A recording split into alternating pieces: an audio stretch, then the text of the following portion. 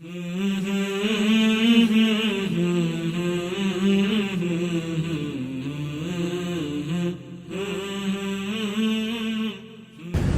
و نصلی و نسلم علی رسول الکریم اما بعد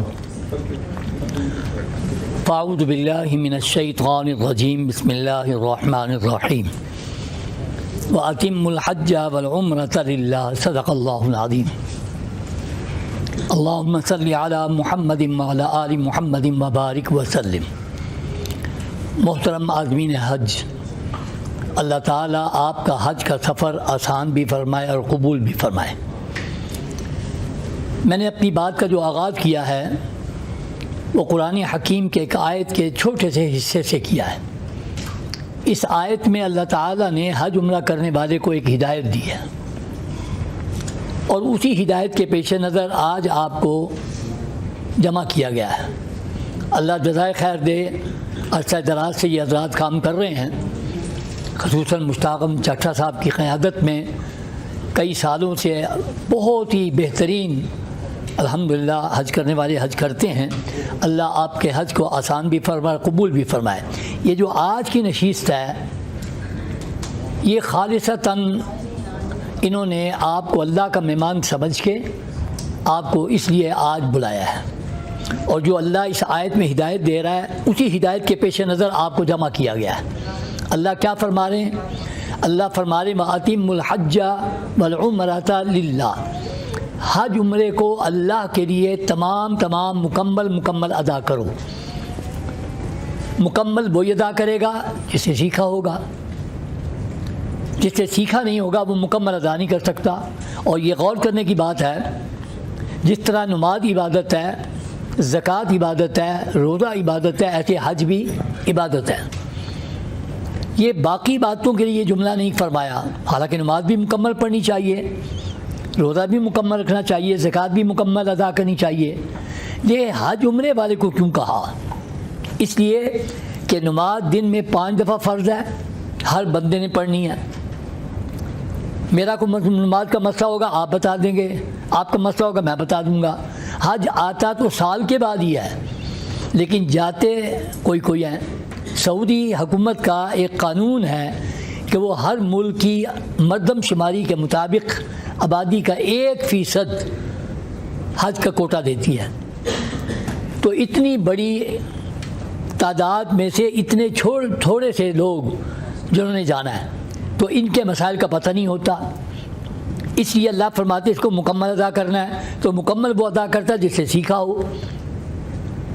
اکثر لوگ پڑھے لکھے لوگ یہ سمجھتے ہیں کہ ہمیں ضرورت نہیں۔ الحمدللہ ان حضرات کے ساتھ میرا تجربہ ہے کئی سالوں سے، یہ بڑی دور دور سے دوسرے ملکوں سے، ان کے آپ کے تو بڑی پاکستان میں کم تعداد ہے، باہر سے جو ان کے حضرات آ رہے ہیں وہ بہت بڑی تعداد میں آ رہے ہیں، ان کے ساتھ کرتے ہیں۔ میں جو عرض کرنا چاہتا ہوں کہ پڑھے لکھے آدمی وہ یہ سمجھتے ہیں کہ حج کرنا آسان ہے، ہم کر لیں گے، کوئی بات نہیں۔ ایک جملہ حاجی صاحبان کی اکثر زبان پہ میں سنتا ہوں، جن نے بلایا کر لے گا قبول۔ یہ جو جملہ ہے نا، اس جملے میں سے آدھا جملہ صحیح ہے، آدھا جملہ غلط کہتا ہے۔ جو کہتے ہیں نا جن نے بلایا، یہ تو صحیح کہتا ہے۔ جو آگے کہتے ہیں نا کر لے گا قبول، اس کا مطلب تو یہ ہوا کہ اللہ پہ زور ہے، اللہ پہ زبردستی ہے کہ کر قبول۔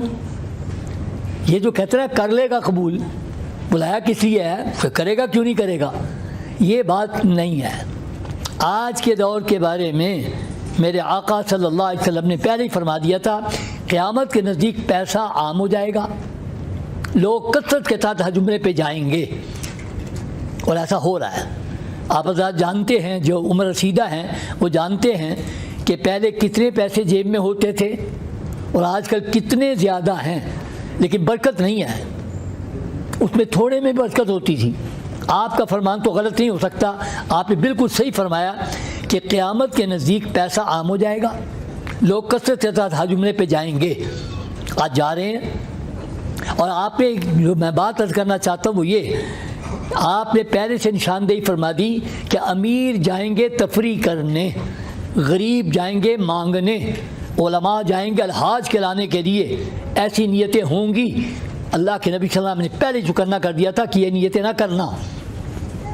آج کئی حاجیوں کی زبان پہ میں سنتا ہوں پہلے یورپ جائیدہ سی، ہوں ادھر جائیدہ ہے، بڑا مزہ آتا ہے، بڑا بہترین ہو، یعنی تفریح، ذہن میں تفریح، امیر آدمی جائیں گے تفریح کرنے، آپ کا فرمان پورا ہو رہا ہے۔ غریبوں کے گروپ بنے ہوئے ہیں، وہاں ریالوں میں بھیک ملتی ہے، اگلے سال کے لیے پھر تو دوبارہ جاتی ہے، غریب بھی جا رہے کثرت کے ساتھ، کبھی کسی گاؤں سے کسی شہر سے، کبھی سنتے تھے کہ وہ جا رہا ہے حج پہ اور لوگ چھوڑنے آتے تھے، وہ جا رہا ہے حج پہ، آج جس کو دیکھو جا رہا ہے۔ لیکن نیتیں کیا ہیں؟ امیر تفریح کرنے، غریب مانگنے۔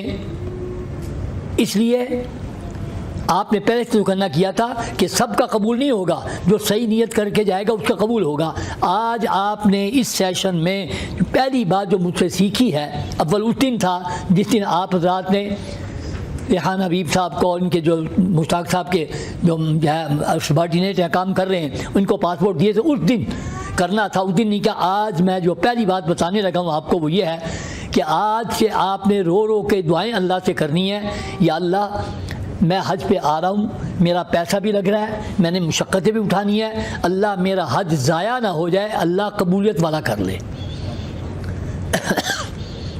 اس لیے قبولیت والا ہونا شرط ہے۔ قرآن پاک میں حضرت ابراہیم علیہ السلام کے بارے میں آتا ہے، جب خانہ کعبہ بنایا تو کچھ دعائیں مانگی، پہلی دعا یہ فرمائی ربنا تقبل منا۔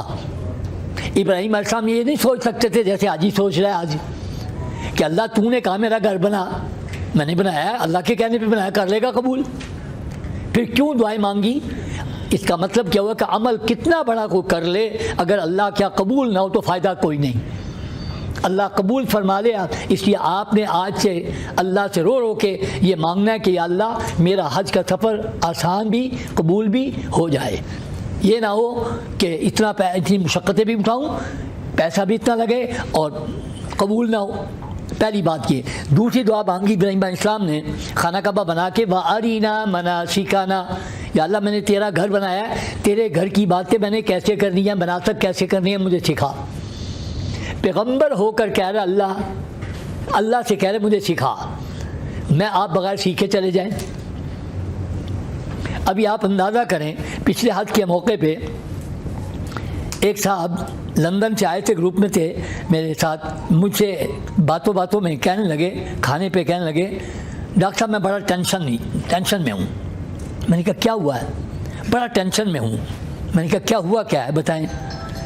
کہنے لگے کہ میں لندن اسلامک مرکز کے قریب رہتا ہوں اور وہاں نماز ہوتی ہے، میں جب بھی نماز پڑھنے جاتا تھا نا تو میں کلف لگا سوٹ پہن کے استری کر کے خوشبو لگا کے جاتا تھا کہ میں اللہ گھر جا رہا ہوں، اور یہاں میں جب سے آیا ہوں ایک ہی زبان آپ کی زبان سے ایک ہی لفظ میں بار بار سن جا رہا ہوں، اسی لیے میں نے آپ سے کہا کہ میں ٹینشن میں ہوں۔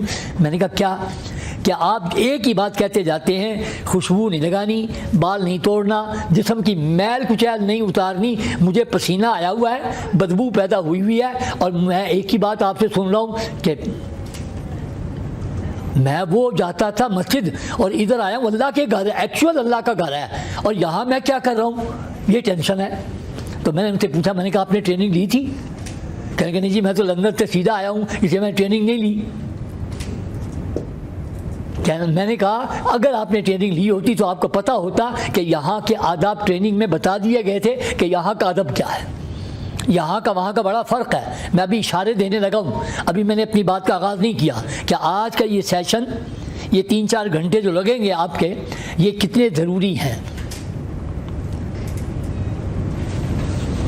اللہ کے پیغمبر ابراہیم علیہ السلام نے بھی کہا یا اللہ مجھے سکھا، اور نبی صلی اللہ علیہ وسلم نے بھی جب حج کیا 1,24,25,000 صحابہ آئے آپ کے ساتھ، آپ نے اپنے پورے حج کے موقع پہ مینا، عرفات، مزدلفہ سب جگہ ایک ہی جملہ بار بار فرمایا تھا، خذوا عنی مناسککم، خذوا عنی مناسککم، لوگوں مجھ سے حج کے مناسک سیکھو۔ جب سیکھو گے پھر کچھ کر سکو گے، پھر مکمل حج ادا ہو سکے گا۔ پھر اس آیت کے مستاق جب میں نے شروع میں پڑھی تھی تو پھر تو بات بنے گی، لیکن اگر سیکھا نہیں ہوگا، اکثر لوگ سمجھتے کوئی بات ہے ہم تو پڑھے لکھے ہیں، ہمارا تعلق مسجد مدرسے سے ہے، ہم کر لیں گے؟ نہیں. وہاں کے یہاں کے آداب میں بڑا فرق ہے. بڑے بڑے پڑھے لکھے لڑکے رہ جاتے ہیں. میں ابھی اشارے دینے لگا ہوں. ساری زندگی آپ نے نمازیں پڑھی ہیں سر ڈھانپ کے, کپڑے پہن کے, اور وہاں آپ نے نمازیں پڑھی ہیں ننگے سر 2 چادروں کے ساتھ. فرق آیا؟ ساری زندگی آپ نے سنا اکڑنا ٹھیک نہیں ہے, عاجزی اچھی چیز ہے, عاجزی میں رہنا چاہیے, اور وہاں حکم ملے گا خانہ کعبہ کا طواف کرنا ہے اکڑ کے 3 چکر کر کے لگا. شریعت کا حکم, اللہ کا گھر, اور اکڑنے کا حکم. سنیے کتنا فرق ہے یہاں کا وہاں کا. ساری زندگی آپ نے سنا ہر اچھا کام دائیں طرف کو کرتے ہیں, مسجد جانا دایاں پاؤں, کھانا کھانا دایاں ہاتھ سے, لیکن خانہ کعبہ کا طواف کرنا الٹی طرف, اینٹی کلاک وائز. کتنا فرق آیا. میں شروع میں ایک واقعہ سنایا کرتا ہوں, اب سنا ہی دوں. ملا علی قاری رحمۃ اللہ علیہ ایک بڑے بزرگ گزرے ہمارے, اور یہ وہ بزرگ ہیں جنہوں نے سب سے پہلے حج عمرے پہ کتاب لکھی. اس سے پہلے کسی نے کتاب نہیں لکھی تھی حج عمرے پہ. حج عمرے کے عنوان پہ کتاب لکھ دی تھی, پر گئے نہیں تھے. پہلی دفعہ گئے, طواف شروع کرنے لگے نا, تو ذہن میں آیا ہر اچھا کام تو دائیں طرف کو کرتے ہیں, اللہ کے گھر کا طواف بھی دائیں طرف کو ہوتا ہوگا. وہ دائیں طرف کو چل پڑے. ایک نوجوان جس نے پہلے حج عمرے کیے تھے, اس نے دیکھا, اسے نہیں پتا تھا ملا علی قاری ہے, اتنے بڑے بزرگ ہیں. انہوں نے کیا سمجھا, اس بچے نے سمجھا کہ بابا جی کوئی ہیں, ان کو پتہ کچھ نہیں لگتا, تو میں بتا دوں بابا جی طواف ادھر سے نہیں ادھر سے کرتے ہیں الٹی طرف. ملا علی قاری پریشان ہو گئے, سوچنا, پھر کہہ رہا ہاں تو صحیح کہتا ہے. چلنے لگے ملا علی قاری الٹی طرف سے, جب چلنے لگے نا انہیں پھر بال پکڑ لیا. بابا جی ایک اور گل. ملا علی قاری فرماتے ہیں بڑی اچھی بات تو نے پہلے بتائی ہے, آپ بھی کو اور بتانا بتا دے.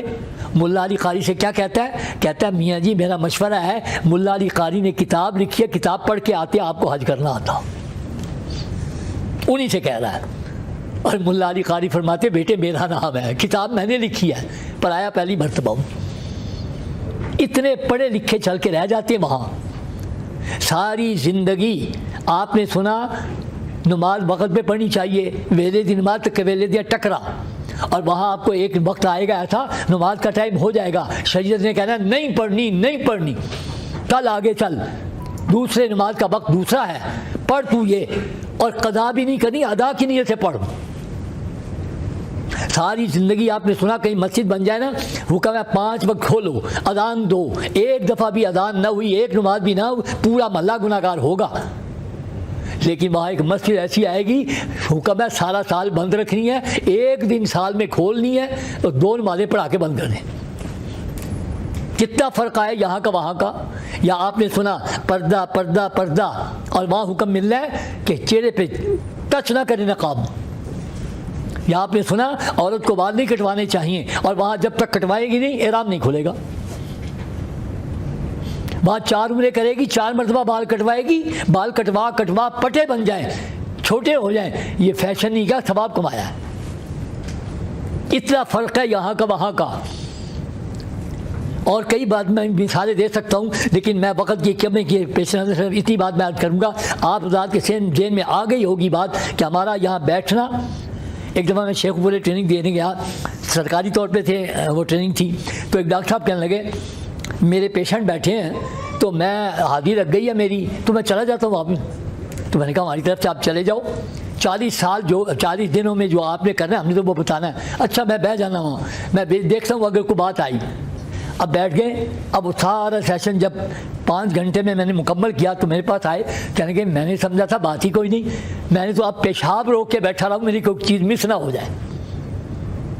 اس لیے پہلے شروع میں یہی سمجھ میں آتی ہے, کوئی بات نہیں, سیشن ہے, ایک فارمیلٹی سی ہوگی اور کر کے آ جائیں گے. اس میں نے کوشش کرنی ہے آپ کو انشاءاللہ پریکٹیکلی طور پر. آپ پڑھے لکھے ہیں الحمدللہ, لیکن یہ سمجھے نا کہ خالی تھیوری نہیں کام دیتی جب تک ساتھ پریکٹیکل نہ ہو. نہ دنیا کا نظام نہ دین کا نظام. آپ کو پتہ ہے, آپ کہتے ہیں بچوں کے پیپر ہو گئے ہیں, پریکٹیکل ہو رہے ہیں. یہ 4 سال لگا لیے, MBBS کر رہا ہے, لیکن ہوتا کرے گا تو پھر ڈگری ملے گی. دین کا کام بھی جتنا مرضی پڑھ لے آدمی, جب تک کسی اللہ والے کے ہاتھ میں ہاتھ نہ دے اس وقت تک دین سمجھ نہیں آتا.